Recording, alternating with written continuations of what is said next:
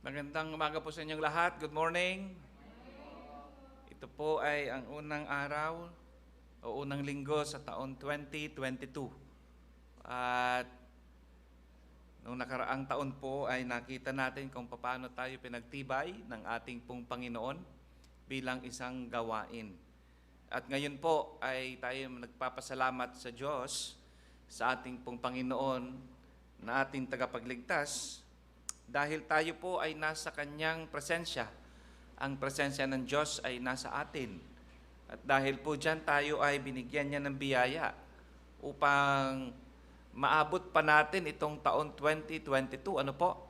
At dahil dyan ay napakalaking pasasalamat po natin ito sa ating pong Panginoon.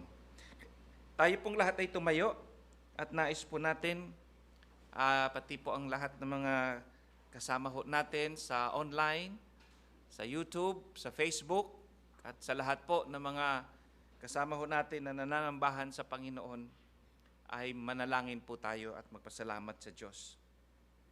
Aming Panginoon, kami po ay lumalapit po sa inyo.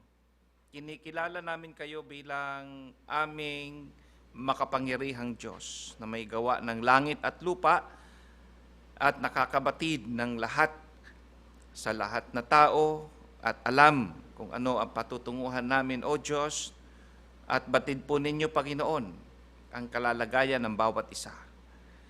Kami po ay umaasa at nagtitiwala sa inyong salita at sa inyong kadakilaan. Pagpalain niyo po, Panginoon, ang araw na ito, sa unang araw ng taon 2022, unang linggo, O Diyos. Kami ay nagmaniklod sa inyo, Panginoon. Natanggapin niyo po itong aming pananambahan po sa inyo. Humihingi po kami ng kapatawaran sa lahat po ng aming po mga pagkukulang at dalangin namin, Panginoon, na walang ibang maitaas sa araw na ito kundi kayo. Ito po ang aming dalangin sa pangalan ni Kristo Jesus.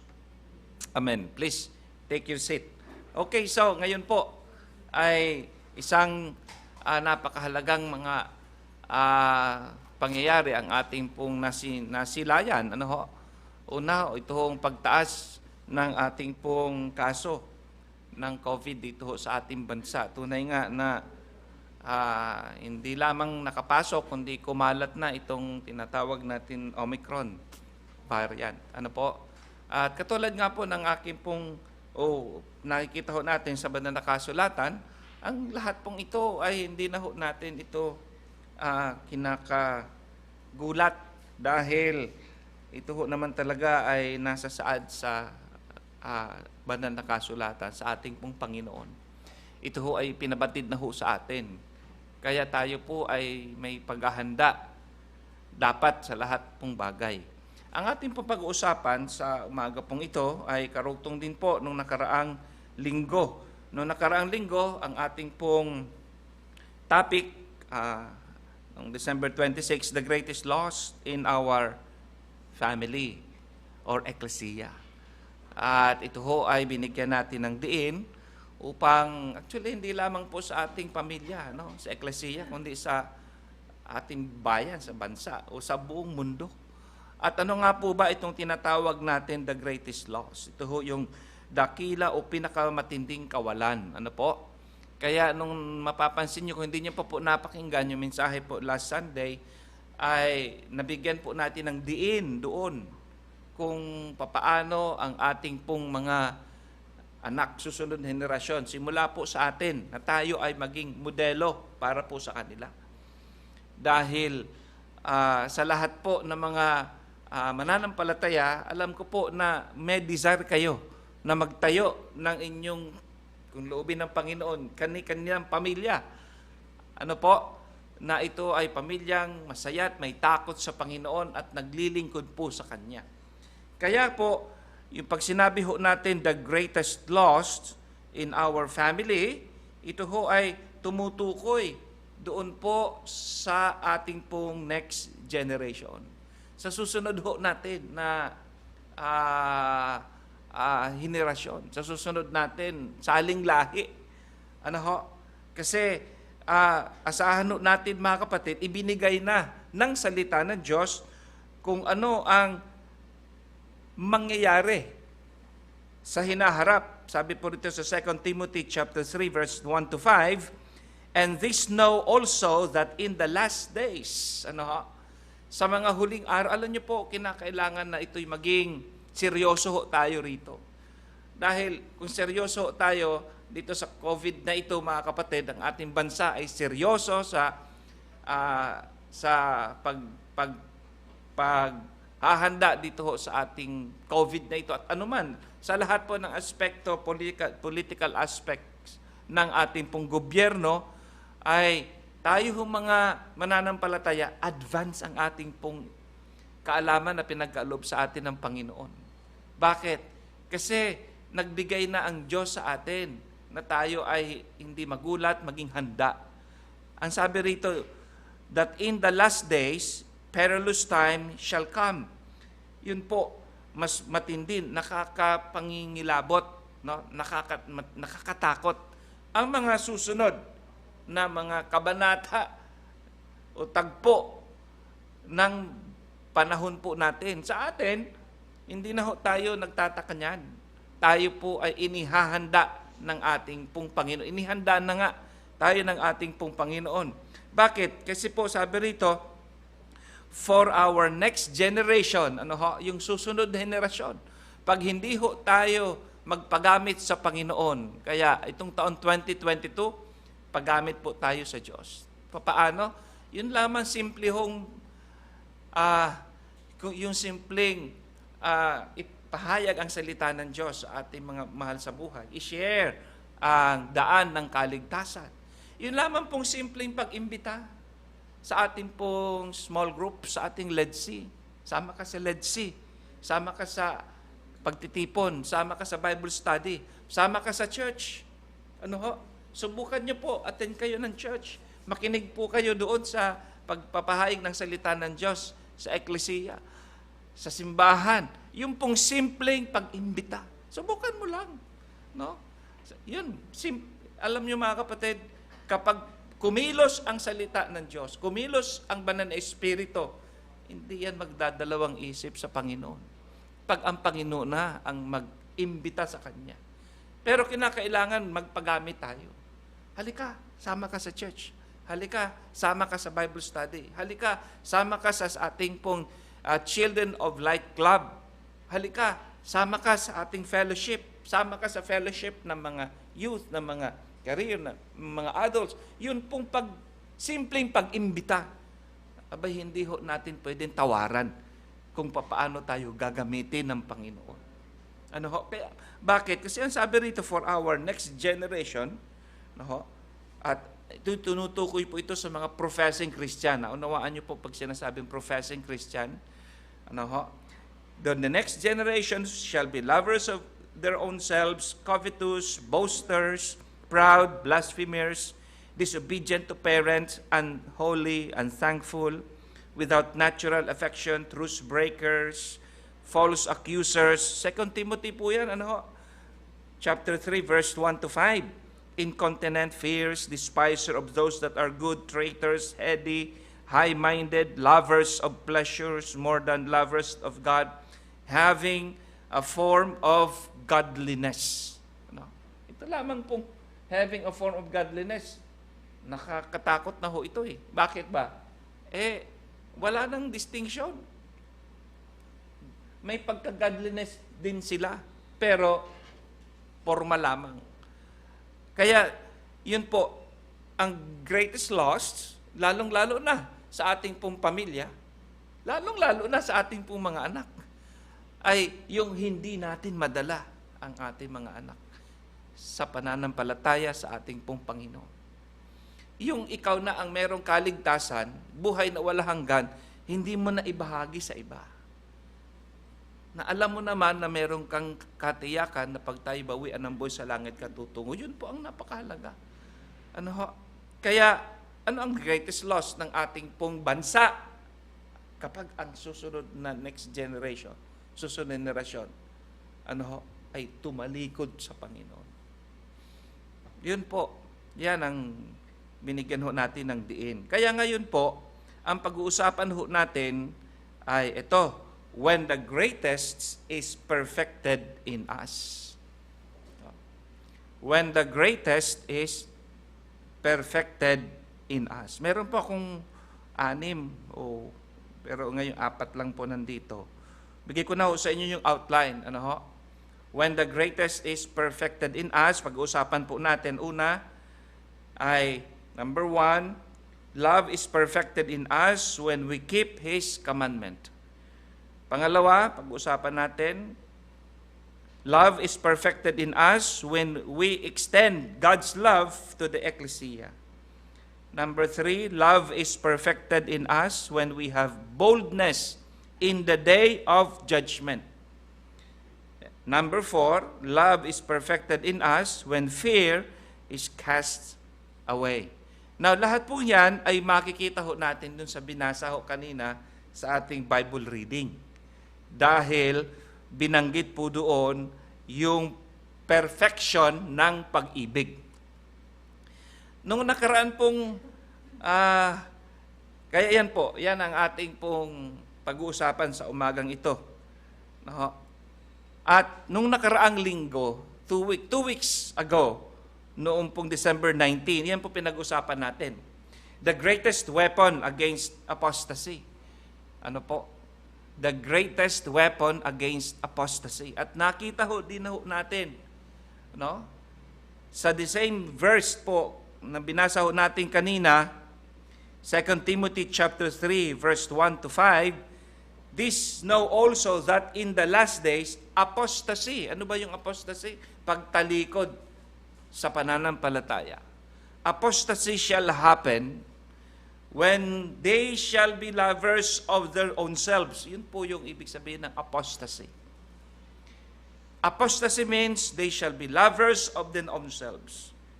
Apostasy means they are covetous, boasters, proud, blasphemers, disobedient to parents, unthankful, unholy, without natural affection, truce breakers, false accusers, incontinent, fierce, despisers of those that are good, traitors, heady, high-minded, lovers of pleasures more than lovers of God, having a form of godliness. Dito po sa 2 Timothy chapter 3, verse 1 to 5, 2 beses po binanggit yung salitang love. Lovers of their own selves, lovers. Kung kaya, nung 2 Sundays ago, ay nakita ho natin mga kapatid, yung pagtalikod, magtatalikod talaga sa pananampalataya.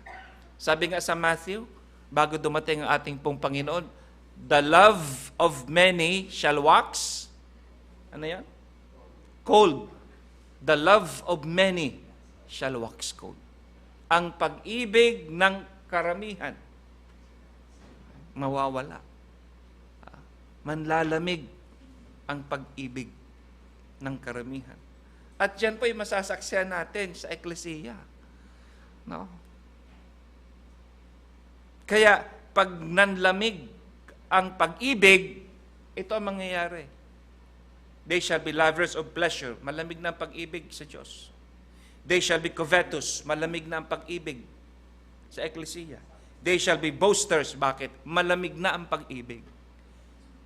They shall be proud. Bakit? Malamig na ang pag-ibig sa Panginoon. Kaya, ito ho, sabi ko nga,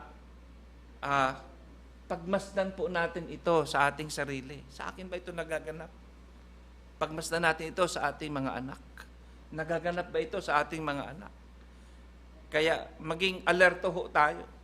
Mag-alert level 1 tayo, alert level 2, alert level 3. Mangamba na ho tayo kapag ang mga ito ay unti-unti nang nakikita natin sa susunod na henerasyon. Okay? Pero ano yung weapon? Ano yung sandata against dyan, mga kapatid? Ano yung sandata? Love being perfected. Yung perfect love. Kaya, mahalaga na maunawaan natin, makita natin itong dalawang salitang yan. Pag-ibig, mga kapatid. Kaya di ba, ano ang nangyari doon sa Ephesian Church? Sa Book of Revelation, ano ang nangyari? Thou hast left thy first love. Iniwanan mo ang unang pag-ibig. Ang kagandahan, nanumbalik. Yan ang kagandahan doon, nanumbalik. At sana, pag nanumbalik, tuloy-tuloy na. At tunay na nanumbalik. Pag nanumbalik sa Panginoon, tuloy-tuloy na tayong maglingkod sa Kanya. Once na tayo, minsan na tayong binigyan ng pagkakataon ng Panginoon, manumbalik. Thou hast left thy first love, and now, all you have to do is to repent. Di ba sabi doon? Magsisi. No? And do the first work. Ulitin mo uli kung ano yung dati mong ginagawa noon. Okay? Alalahanin mo. Ano ba yung mga dati mong ginawa noon? Iyon po ang instruction na binigay doon. Repent, remember, repent, and repeat. Yan pong tatlong yan, tatlong R. Nung sinabi ng Panginoon, thou hast lost thy first love. Halimbawa, sinabi sa Ecclesia natin, thou hast lost a Lighthouse Bible Baptist Pasig Mission, thou hast lost thy first love. Pag ganyan po ang conviction natin sa ating puso, we should analyze ourselves. Panginoon, ako po ba itong thou hast lost thy first love? Panginoon, ako ba itong thou hast, when you lost thy first love, magiging proud, blasphemers, disobedient to parents, unthankful, unholy, without natural affection, truce breaker, false accuser. Magmumukha tayong, this is now loving the world. Iniibig na ang sanlibutan.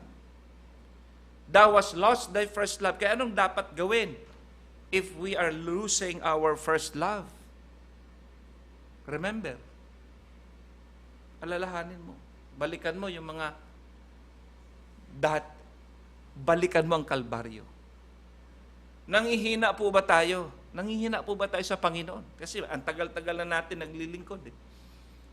Kasi save lang natin nung nakaraang taon. Ngayon, nangihina tayo. Talagang darating ang panghihina sa bawat isa. Hindi porke ikaw ay pastor, o kaya worker, o kaya staff. No? Kung yung pastor nga, minsan ay na paghihinaan ng loob, yung ordinaryo pang miyembro. Thou hast lost thy first love. Ang dapat gawin, alam nyo, balikan nyo lang po ang Kalbaryo. Go back to Calvary kung saan ka na-save. Remember, yun po sabi doon. Saan ka ba na-save? Paano ka na-save? Paano ka naligtas? Paano ka nagkaroon ng buhay na wala hanggan? Paano mo tinanggap si Jesus sa iyong puso? Yun, remember. Ano sunod? Remember, then repent. Magsisi. Pagsisihan yung mga nagawang pagkukulang. Pagkatapos yan, remember, repent, then repeat.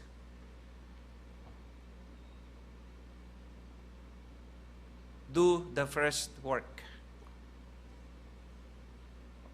Kaya, it's love perfected.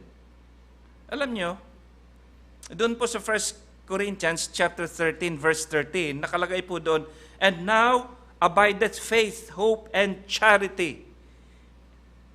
At sa tatlo pong itong tatlong ito, taglay na ho natin.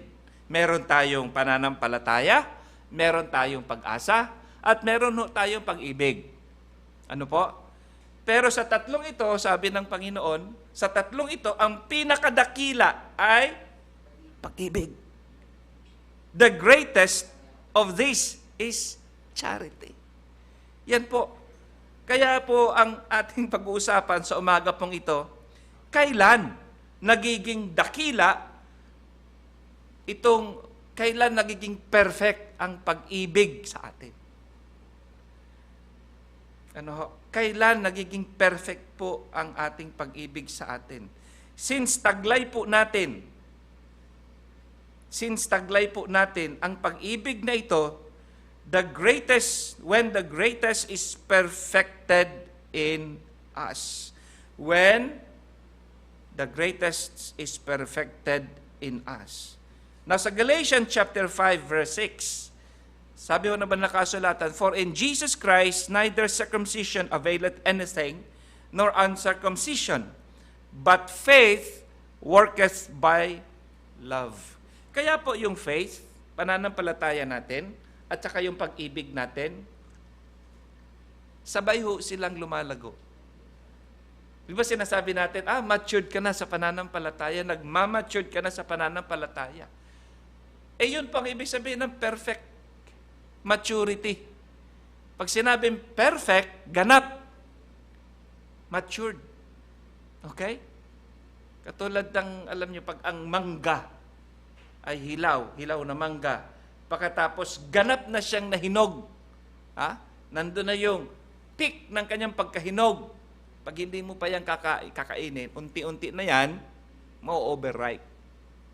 Ano ho? Sa pananampalataya ho natin, ang pananampalataya natin ay nagiging unti-unting nagiging matayog.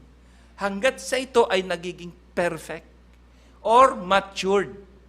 Ano po? Kaya sabi diyan, but faith worketh by love. Ang pananampalataya po natin ay dapat pinakikilos ng pag-ibig. Kaya ang pananampalataya at ang pag-ibig, yan po ay sabay na lumalago. Ngayon, unahin natin doon sa 1 John chapter 2 verse 5. Sino nagbasa kanina? Siguro dalas ano pang pagbasa mo ng Bible reading. Kasi hindi pa sana yung tainga ko sa boses mo. Nathan, sino nagbasa? Okay? Ito hindi mo binasa. Chapter 4 kasi yun eh. Sa chapter 2, 1 John chapter 2 verse 5, itong sabi ng banal na kasulatan. Tingnan nyo but whoso keepeth his word, in him verily is the love of God perfected. Okay?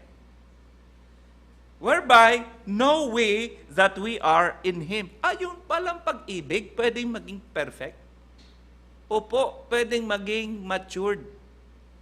Pag sinabing perfect love, may sinasabi ang banal na kasulatan that the love of God perfected sa bawat isa ho sa atin. Kaya, nung nakaraang linggo, binigyan natin ng emphasis na the greatest weapon against apostasy is love. Lalo na kapag ang pag-ibig ay perfected. Ito ang goal natin. Nawa na ang pag-ibig na ito na nasa atin, sukdulang maging matured. Okay? Kaya, papaano nagiging perfect ang pag-ibig? Ano sabi dyan? Sa 1 John chapter 2 verse 5. Papaano? Okay? Naligtas ka. Tinanggap mo si Jesus. Pagkatapos mo naligtas, anong sunod na sinunod mo sa Diyos, sa utos ng Diyos? Anong sunod? Lakas nyo. Pagkatapos mo naligtas ka, tinanggap mo si Jesus. Pagkatapos anong unang hakbang na ginawa mo? Baptism. Bakit? Kasi ang baptism ay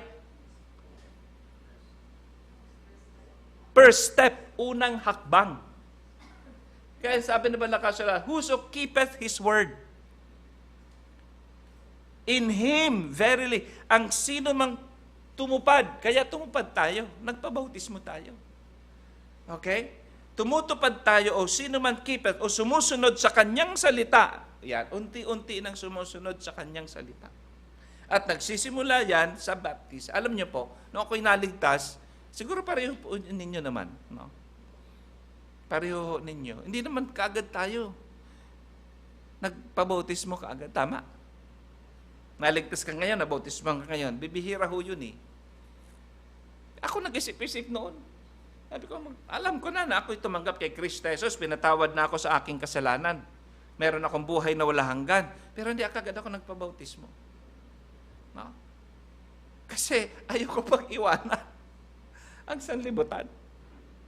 Yun ang dahilan. Sabi ko, paano na din ako makakapag-inom? Yun. Pag sumunod ako sa Panginoon sa tubig ng bautismo, hindi na ako makakapag chungki. No? Wala pang shabu noon eh. Chungki pa lang yun eh. Marijuana. Hindi na ako makapagsigarilyo. Hindi na ako makakapag-inuman. Wala. Kaya malaking desisyon sa akin yun. Maliban na siguro sa inyo, nasa-save kayo hanggang sa ngayon. Ginagawa nyo yan. Pero, hindi mahirap mangyari yun eh. Iso-surrender mo na ang sarili mo sa Panginoon. Di ba? So, hindi na ako makapagmura. Yan, ang iba. Hindi na ako makapagsabong. Yan ang iba. Kaya yung iba ayaw magpabautismo kasi hindi na siya makapagsabong. Okay? Bagamat sa sabungan, may Kristo din. Okay? Hindi na. Yun talagang ginagawa ng dyablo. Kaya, ano ang sabi rito? But whoso keepeth His word, ang tumutupad sa salita ng Diyos, sabi diyan, in Him, verily, tunay nga sa Kanya, nagiging ganap ang pag-ibig ng Diyos. The love of God is perfected in Him. Kaya una mga kapatid, love is perfected in us. Ang pag-ibig nagiging perfect sa atin. When we keep His commandment. Kapag sinusunod natin ang Kanyang utos. Paano natin sinusunod ang Kanyang utos? Pag nakabasa tayo ng salita ng Diyos. Nangyari na po ba yan sa inyo? When you personally read the Bible, tapos yung binasa mo ito, may utos sa iyong Panginoon, sinunod mo. Ibig sabihin, the love that is in you is being perfected. Paano pa? Nakaupo kayo sa inyo pong LEDC, sa inyo pong small group, tinuro ng inyong LEDC teachers, LEDC leaders, tapos nabanggit niya itong utos ng Panginoon. Ginamit po yung LEDC leaders, napakinggan mo, sinunod mo. Hindi mo sinusunod yung LEDC leaders, ang sinusunod mo, ang utos ng Panginoon. Paano pa? Sa mensahe pong ganito.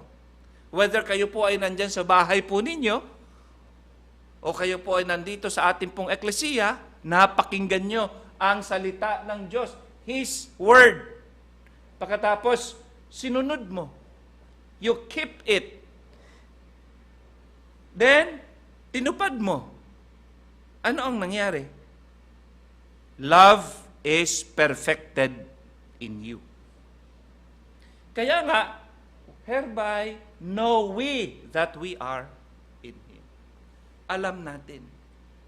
Alam niyo po, ang napakatalinong relihiyon, Kristyanismo. Bakit? Kasi tayo po'y kumikilos ayon sa kaalaman. Ang Kristyanismo ho, hindi ho yan kulto. Pag sinabing kulto, pikit mata, susundin mo kung ano sinabi ng tao.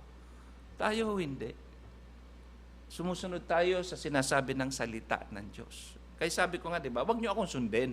Ang sundin niyo, ang salita ng Diyos. So yan po, tingnan nyo, yung binasa natin nung nakaraan linggo. Deuteronomy chapter 6 verse 2. That thou mightest fear the Lord thy God. Dapat tayo magkaroon ng matakot sa Diyos. Ano nga po ba ang ibig sabihin ng takot sa Panginoon? Ang ibig sabihin ng takot sa Panginoon ay pagsunod sa Kanyang salita. You keep His word. Yun po. Kaya ka may takot sa Diyos. Bakit ka may takot sa Diyos? Dahil nais mo na ang Kanyang salita, ang Kanyang statutes, commandments, ay sundin, tuparin, ingatan ang Kanyang mga tuntunin at Kanyang mga utos. Yan ang dahilan kung bakit sinasabi ng Panginoon, ay may takot yan sa Diyos. Pag sinabi may takot sa Diyos, tinutupad ang utos ng Panginoon. May takot ka eh. Pag sinabing may takot sa Diyos, fear the Lord thy God, ibig sabihin, iniingatan niya ang salita ng Diyos sa kanyang puso. Ayaw niyang ma-offend ang Panginoon. Gusto niyang mabigyan ng ngiti ang Panginoon sa kanyang kilos, sa kanyang salita, sa kanyang gawa. At ang lahat na ito, kilos, salita, ang gawa, ay sanction ng salita ng Diyos, ng banal na kasulatan. Guided ng banal na kasulatan. Maraming command, mga kapatid. Maraming utos ang Panginoon. Unti-unting naunawaan natin yan. Ang pagkakaloob ng ating tithes and offering, utos ng Panginoon. Ang pananalangin ay utos ng Panginoon. Ang pagbigay luwalhati sa Kanya ay utos ng Panginoon. Last week, binigyan ko talaga ng diin kung paano namin ni Ate Nerenyo pinalaki ang aming mga anak sa pamamagitan ng pagsunod sa Panginoon. At kayo po mga magulang na narito, may kanya-kanya kayong kwento kung paano niyo rin po tinuruan ang inyong mga anak. Kaya, challenge natin ang ating mga anak. Lalo na ang the most critical years ng mag-train sa ating mga anak ay the first 7 years. Yung bago siya papasok sa eskwelahan. Yung bago papasok sa eskwelahan, bago man siya mag-kinder, bago man siya mag-grade 1, yung pong panahon na yon, first 6 to 7 years, doon dapat ang training natin mga magulang. Kaya pag si Abel nag-asawa, wag nawa, no? Hindi. Tandaan nyo ito, ako may ikakasal na naman ako sa January ito No? Pero ito, yung unang 7 taon, is ilagay nyo yan sa isip nyo. Okay? Ilagay nyo yan, Carl. Di ba Carl pangalan mo? Yan, kilala na kita. Ilagay nyo sa isip nyo, unang 7 taon, unang 6 na taon ng anak po ninyo, doon nyo i-train ng maigi.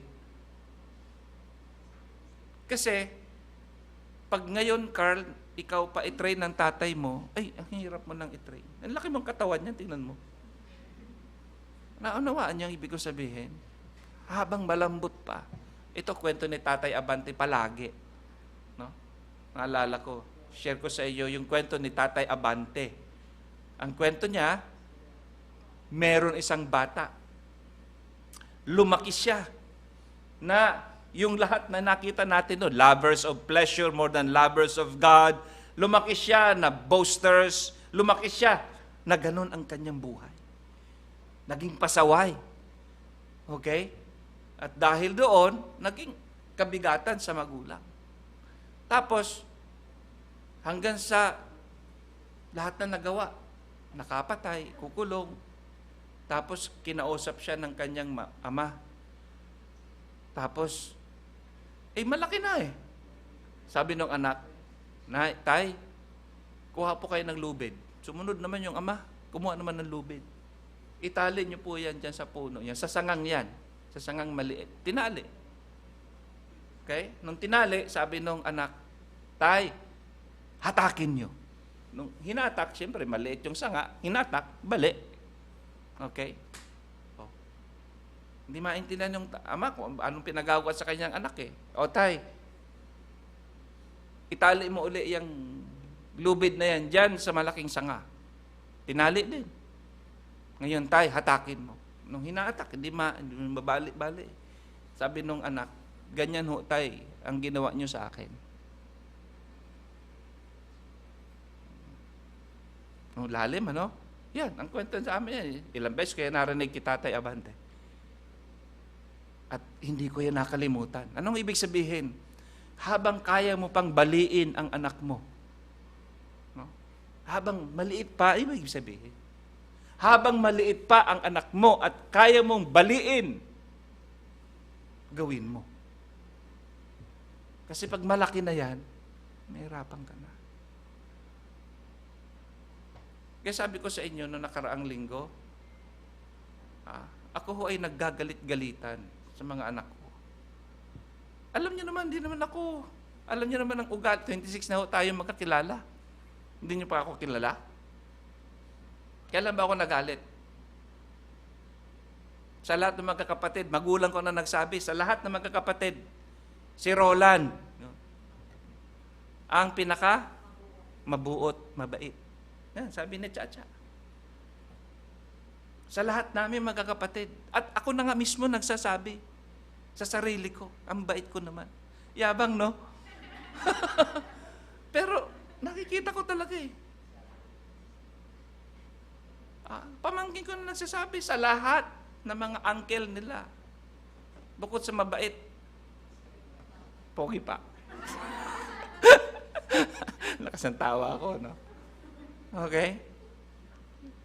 Pero yun, mga kapatid, habang maliit pa. Kaya, inaral ko, Abel, yung magpipreach, inaral ko kung yung mga nasa dorm kami, mga nag-aaral-aral kami nag-preach, yung bombastic na nag-preach. And in hell! Galit na ba ako? Yan. Hindi pa, nakangiti ka pa rin eh.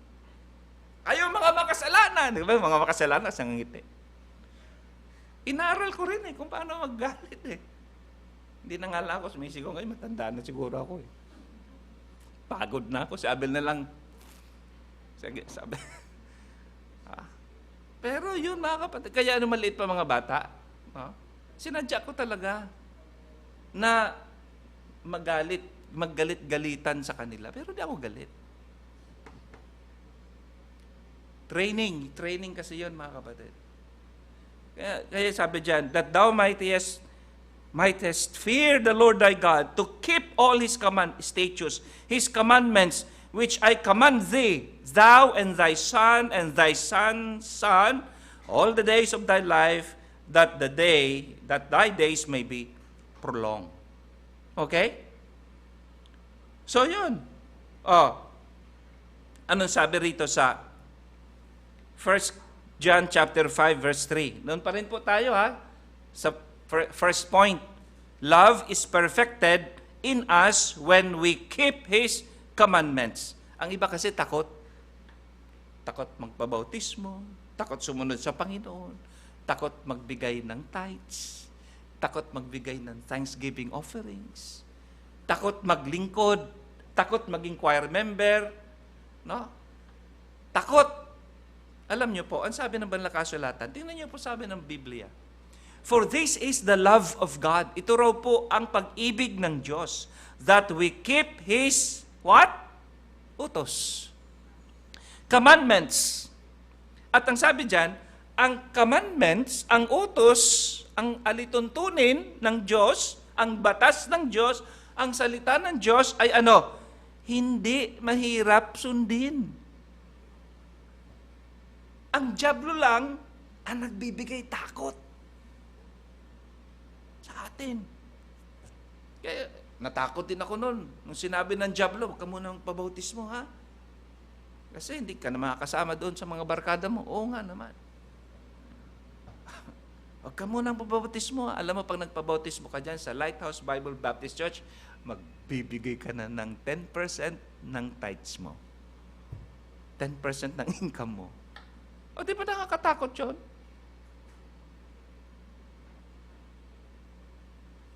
Pag nagpabautismo ka na, mananalangin ka na, magdadala ka na ng Biblia.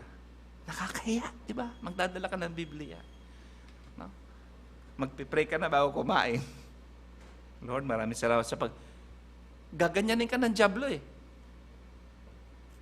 Pero, panakot lamang ng dyablo. Kasi ang sabi ng Panginoon, His commandments are not grievous. Hindi po mahirap ang kanyang utos. Hindi mabigat. Ano sabi sa Matthew chapter 11 verse 28 to 30? Come unto me, sabi ng Panginoon Jesus. Come unto me, all ye that labor and are heavy laden. Halika kayo. Lumapit kayo sa akin, sabi ng Panginoon Jesus. Kayong mga nanlulupaypay, kayong mga nabibigatan, lubhang nabibigatan, halik kayo. Nabibigatan ka ba sa problema nyo? Halik kayo. Nabibigatan ka sa sarili mo, nabibigatan ka sa kasalanan mo. Come unto me, sabi ng Panginoon. Come unto me, I will give you rest.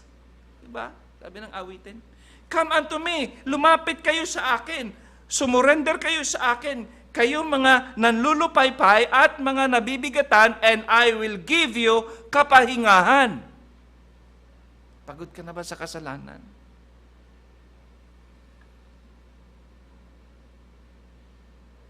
Ano pa sabi? Take my yoke upon you. Sabi ng Panginoon Jesus, take my yoke upon you. Pasanin nyo ang aking yoke. Yung yoke kasi pamatok, yung nilalagay sa kalabaw dyan, o sa baka. Yung yoke. Ibig sabihin, ng Panginoon, take my yoke upon you and learn of me. Isuot mo ang pasanin mo ang aking pamatok. Pasanin mo ang aking bigat. Ako na ang magpapasan sa bigat mo, sabi ng Panginoon. Ako na magpapasan sa kasalanan mo. Ako na magpapasan sa kahirapan mo. Ako na ang magpapasan. At matuto kayo sa akin, learn of me. For I am meek and lowly in heart. Alam niyo po, hindi ko maisip lubos na ang Panginoon nung nagpipreach ay bombastic. Minsan lang siya nagalit. Abel, tama? Doon sa templo. Hinubad niya yung kanyang, hindi sinturon, pero kung sa atin, sinturon. Tapos winasiwas niya doon sa mga nagtitinda. Yun, nagalit siya doon. No? Pero yun lang. Banal na galit. Pero sa mga, nagalit siya kanino? Sa mga hindi mananampalataya.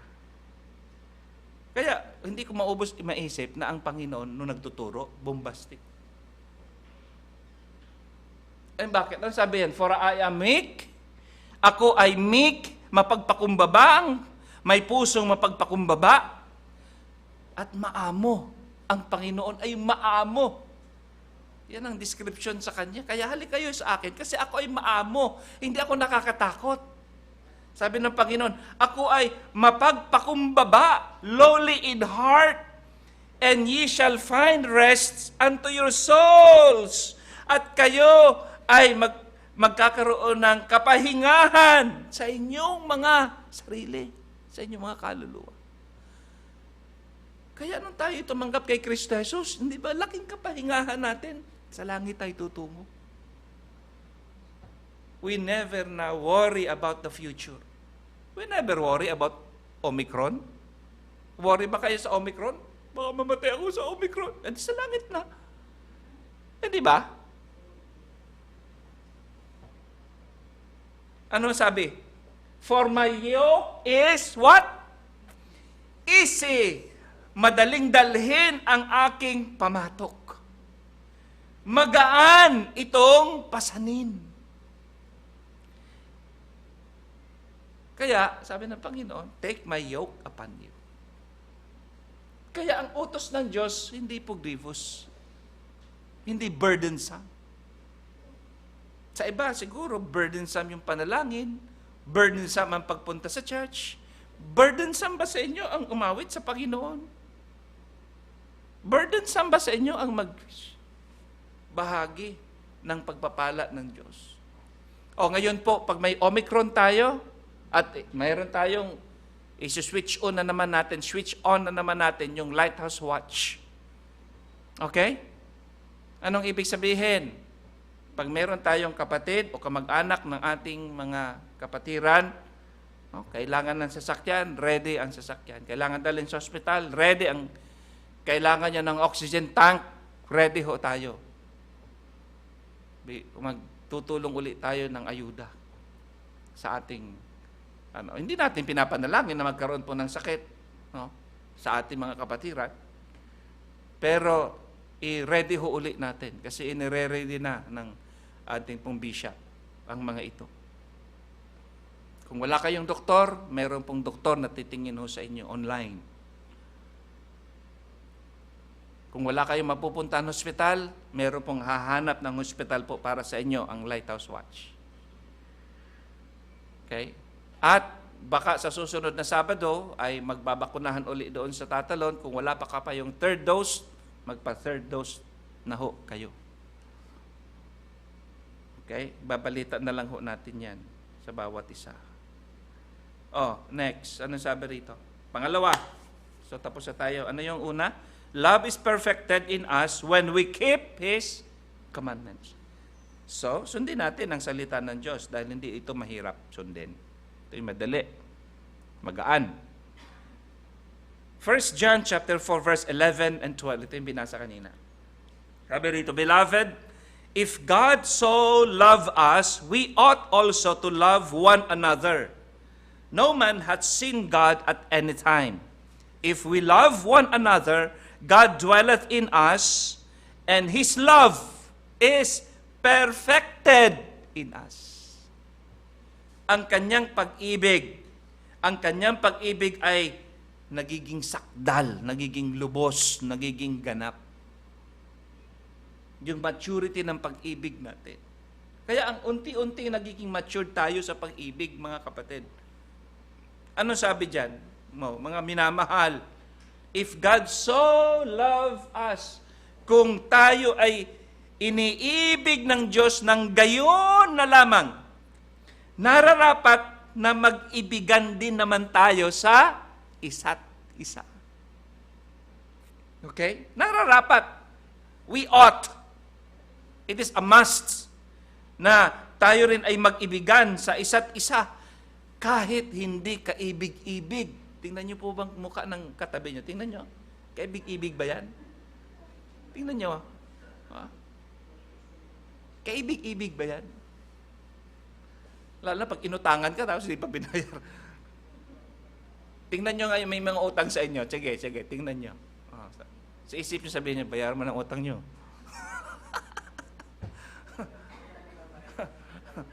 Okay? Ano bang kagandaan dito sa ating church? Hindi tayo natuto mangutang eh. Alam mo, tiwala lang yan sa Panginoon. Ano sabi rito? No man hath seen God at any time. Wala po nakakakita kailanman sa Diyos. Tama, di ba? Walang nakakakita sa Diyos, mga kapatid. Pero sabi rito, if we love one another, God dwelleth in us. Walang nakakakita sa Diyos. Pero nakikita ang Diyos sa atin sa pamamagitan ng perfect love. Wala nakakakita sa Diyos. Pero ang presensya ng Diyos, nararamdaman, nararanasan ng iba. Sa kilos mo, sa pananalita mo, nararanasan sa iyong gawa. Gawang may pag-ibig. Wala nakakakita sa Diyos, pero nakikita si Kristo sa iyo sa pamamagitan ng love perfected in us. O kaya anong pangalawang point natin? Love is perfected in us when we extend God's love to the ecclesia. Sino ecclesia? Tayo, mga members ng simbahan. At kapag tayo ay marunong mag-extend ng love sa ecclesia, alam niyo po, una munang i-extend ang love sa ecclesia bago sa mga hindi mananampalataya. Taliwas, kapag inuna, taliwas yun. Sinasabi mong ligtas ka, pagkatapos, ang unang binubuhusan mo ng pag-ibig, ibang hindi mananampalataya. Wala kang fellowship, wala kang panalangin, kasi iniibig ko ang hindi una muna ang mga ecclesia, ang ecclesia. Yan ang tama. You cannot love the true or the perfect love sa iba na hindi mananampalataya pag hindi ka natuto sa pag-ibig sa eklesiya. Kaya eklesiya muna. Pastor, nandiyan yung mga ipokrito sa eklesiya. Alam niyo po, kahit saan ka pumuntang simbahan, ang daming ipokrito. But you have to learn. Pastor, ang dami na-offend na ako sa mga member, na-offend na ako sa mga pastor. Kahit saan ka pumunta, ma-offend ka. Wala akong perpektong simbahan. But, ang pag-ibig na nasa sayo, dapat maging matured. Dapat maging perfect. Sabi diyan, His love is perfected in us.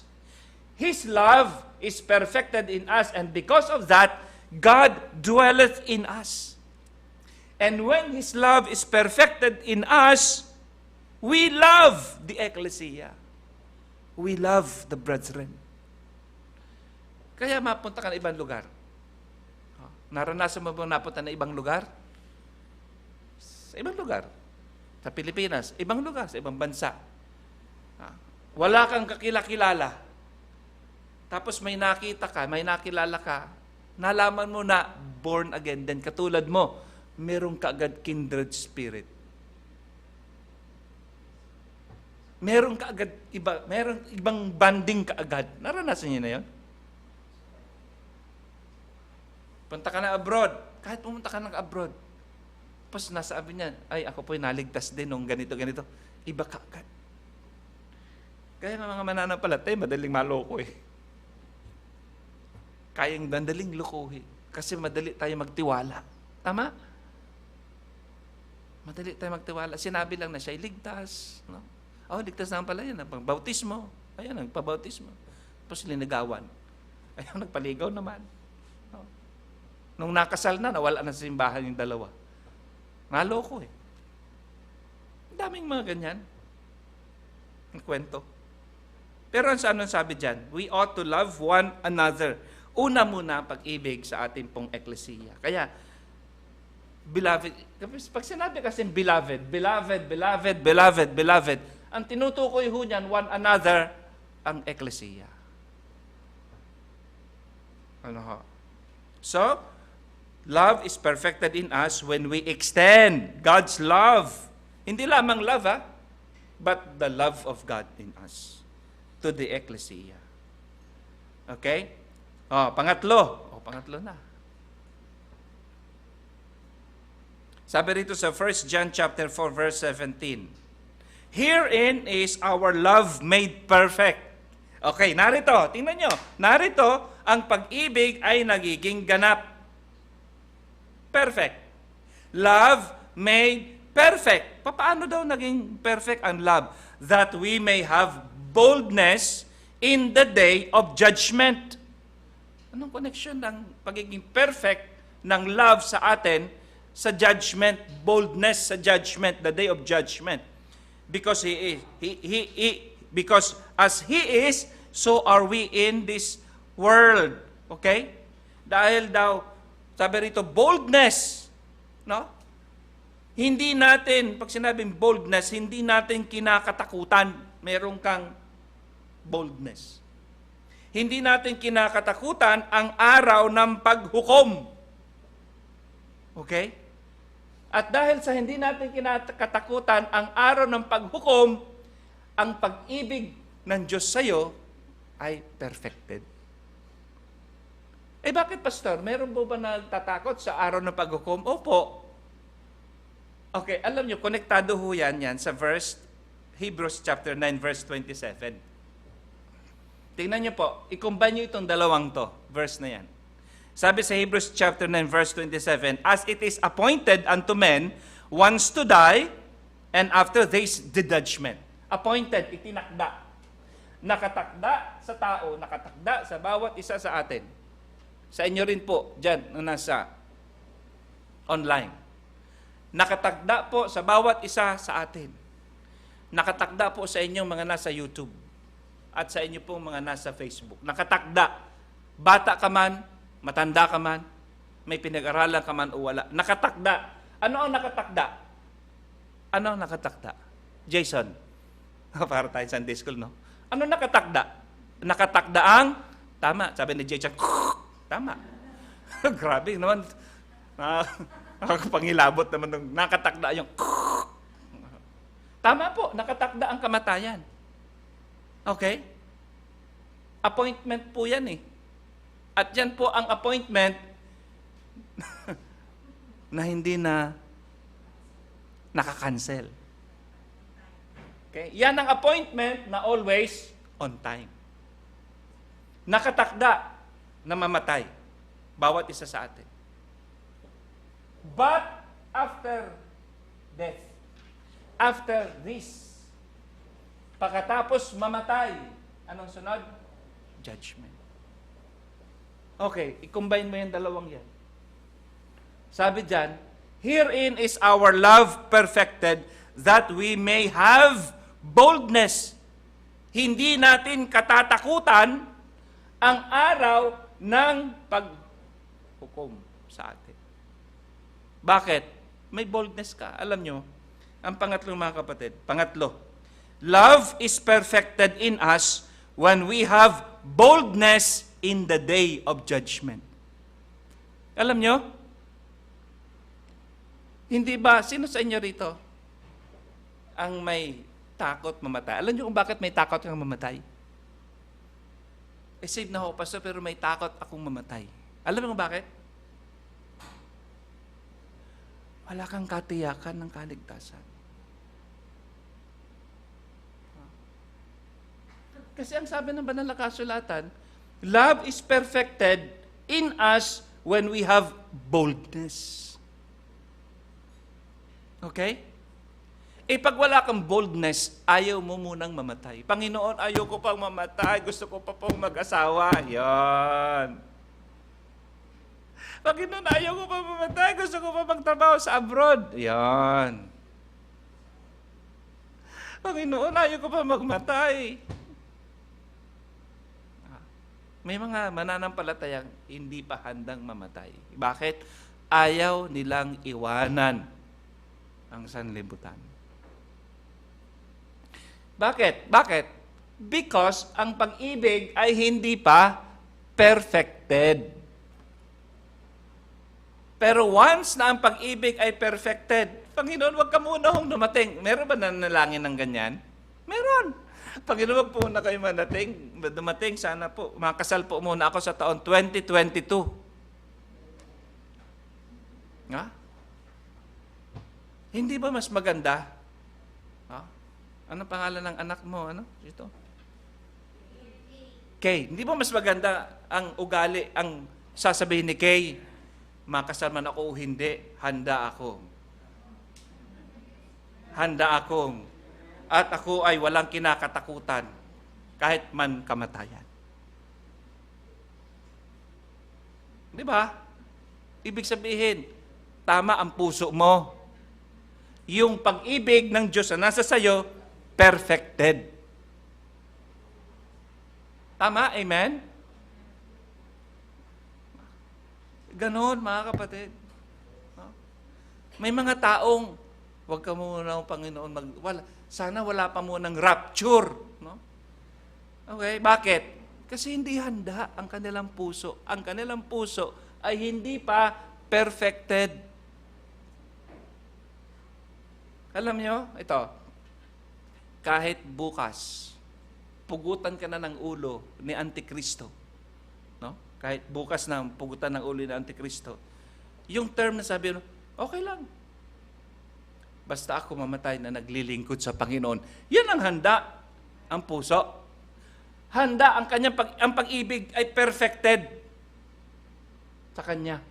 When love is perfected in us, then we have boldness in the day of judgment. Alam nyo, pagkatapos mong mamatay, as it is appointed unto man once to die, minsan ka lang mamatay. At pagkatapos ng kamatayan, judgment. Dalawa lang yan patutunguhan. Paghukom. Pag namatay ka, langit ka o impyerno. Dalawa lang eh. Walang middle. Kaya tayo may assurance ng kaligtasan. Yan ang kagandahan natin. Natuturo sa banal na kasulatan, meron tayong katiyakan. Hindi ka takot mamatay. Ang iba hindi takot mamatay kasi may cancer ako eh. Kahit mamamatay din lang naman eh. Pero iba tayo, iba ho ang mananampalataya. Yung walang tayong takot mamatay, ito po ay assurance na binibigay sa atin ng Panginoon. Bakit? Kasi yung love is perfected. Last. 1 John chapter 4 verse 18. There is no fear in love. Wala daw pong kasamang takot ang pag-ibig. But perfect love casteth out fear. Pinapawi. Ano? Pinapawi ng ganap ng pag-ibig ang anuman pagkatakot. Yung palang takot sa pamagitan ng perfect love, pwede mapawi. Sabi dyan, because fear hath torment. Ang takot po ay kaugnay ng parusa. He that feareth is not made perfect in love. Ganda nyo, no? Ganda niyan. He that feareth, sapagkat ang sino man na hindi ganap ang pag-ibig, meron siyang takot pa. May takot ka pa kapag hindi ganap ang pag-ibig sa iyo. Di ba? Pero ang pag-ibig ay walang itinataboy. Itinataboy. Casted out fear, itinataboy ng ganap ng pag-ibig ang takot. Kaya ang pang-apat ba, kapatid, love is perfected in us when fear is cast away. Kaya ako nagtataka. Yung pag-surrender ko sa Panginoon, hindi po yun pikit mata. Magsasurrender ako sa Panginoon kasi wala naman akong trabaho, di mag-surrender na lang ako sa Panginoon, magpastor na lang. Hindi ho. Meron naman po akong pinag-aralan. Pero nag-surrender ako sa Panginoon. Ang iba sa inyo rito, karamihan sa atin rito, may mga trabaho kayo. Pero ang oras nyo, binibigay nyo sa Panginoon. Di po ba? Bakit? Ala kang takot. O yung iba nga, pumunta rito, walang takot sa Omicron. Mamayang hapon nga po pala, balitaan natin. Kasi, hindi ko alam kung tutuloy tayo sa tatalon eh. Okay? Balitaan tayo sa ating pong Lighthouse announcement. Kasi nakita ko kanina, Abel, si Pastor Ruben, nag-Sunday school, nasa online. Mamaya malalaman ko, tanungin ko. Okay? Kaya nakita nyo, love is perfected in us when fear is cast away. Kapag wala kang takot, kapag yung takot sa iyo ay nawala. Kaya di ba? Ano ang sabi sa Revelation chapter 8 verse 20, chapter 20 verse 8? But the fearful, ang may mga takot, the unbelieving, the abomination. Ito yung mga hindi ligtas. Bakit yung iba ayaw tumanggap kay Kristo Jesus? Ayaw ba nila ng langit? Ayaw ba nila ng buhay na wala hanggan? Bakit ayaw nila tumanggap kay Kristo? Dahil sila may takot. May takot sa Panginoon. Bakit hindi ka nagpabautismo? Dahil may takot. Yan When fear is cast away, pag yung takot na yon ay, ang takot po'y tinataboy ng ganap ng pag-ibig. Pag yung takot ay tinataboy ng ganap ng pag-ibig, tunay nga na ang pag-ibig mo ay nagiging ganap, matured, perfect. Hinog na, ika nga. Hinog na ang inyong pag-ibig sa iyo. Kaya kahit po yung pagkakaloob, ang iba takot magbigay ng tithes. May takot. Bakit? Yung pag-ibig hindi pa hinog. Ang iba takot maglingkod sa Diyos. Ang iba ang iba takot mag-share ng gospel. I-share mo yung gospel kung paano ka naligtas. Ang i-share mo lang naman ay kung paano ka. Ang tinanggap mo, yun ang share mo. Ang simpleng pag-share, halika, punta ka ng church. Makinig tayo ng salita ng Diyos. Ang iba takot pa. Ang iba nga takot mag-post ng mga link natin sa Facebook. Kesyo ayaw mong paratangan kang banal. Hindi yun eh. Para sabi ko nga, ang pag-share ng mensahe natin tuwing linggo, para ka lang nagbibigay ng tracts. Nag-share ng tracts. Hindi naman ikaw nagliligtas eh. I-post mo, i-share mo ang link natin na ito. Panginoon magpakilo sa puso niya. Dahil kahit naman hindi kumilos, pag hindi naman kumilos ang Panginoon sa puso niya, kahit anong pakinig niya sa salita ng Diyos, hindi mo maintindihan. Tama? Dahil ang Panginoon ang nagbibigay kapaliwanagan. Paano mo naintindihan ngayon ang salita ng Diyos? Kasi magaling kayo, pastor, mag-explain. Hindi po. Ang banal na espiritu ang siyang nagbibigay sa iyo ng kapaliwanagan. Tama ba, Nanay Tess? Naintindihan niyo, Nanay Tess? Sino nagpapaintindi sa atin? Naintindihan mo, Sheila? Sino nagpapaintindi sa atin? Naintindihan mo, Leia? Sino nagpapaintindi sa atin? Ang banal na espiritu. Siyang nagpapaintindi sa atin. Hindi ako. Hindi si Abel. Kahit anong galing ni Abel magpaliwanag rito. Hindi si Abel. Ang banal na espiritu pa din ang nagbibigay ng kapaliwanagan. Bakit ganon? Because love is being perfected in you. Unti-unti nagiging matured ang ating pong pag-ibig. So yun po, when the greatest is perfected in us. Kailan nagiging perfect ang pag-ibig sa atin? Ano yung greatest? The greatest of all is love.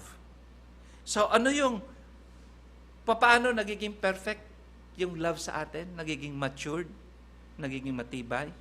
No? When the greatest is perfected in us, number one, love is perfected in us when we keep His commandment. When we keep His commandment, the greatest is perfected in us. Pangalawa, when we extend God's love to the ecclesia, the greatest is perfected in us. Pangatlo, when we have boldness in the day of judgment, the greatest is perfected in us. Last, pang-apat, when fear is cast away. Alam niyo, kahit po yung pagkaloob natin, next March, magbibigay tayo ng ating sacrificial offering. Ito, matindi. Ang ipagkakaloob natin, sacrificial offering. At sa iba, sa ngayon, ang iba, takot pang magbigay sa Panginoon. Pero when fear in giving is cast away, love is perfected in us. Kayo, mga kabataan, gusto ko rin kayo makita magturo. When fear